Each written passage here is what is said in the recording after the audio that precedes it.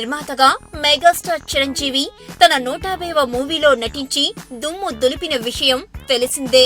అయితే ఇప్పుడు ఇద్దరూ కలిసి నటించే అవకాశం ఉందని వార్తలొస్తున్నాయి. వివరాల్లోకి వెళితే ఖైదీ నంబర్ 150 తరువాత చిరు నెక్స్ట్ మూవీ ఏంటా అని ఇండస్ట్రీతో పాటు మెగా అభిమానులు ఆసక్తిగా ఎదురు చూస్తున్నారు.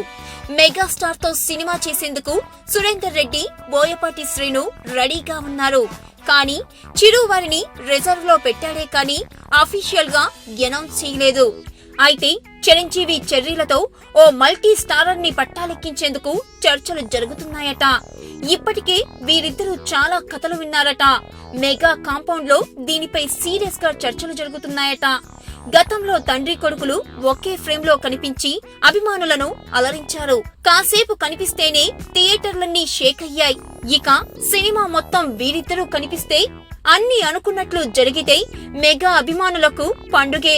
కానీ ఈ విషయంలో వాస్తవమెంతో తెలియాలంటే కొద్ది రోజులు వెయిట్ చేయాల్సిందే.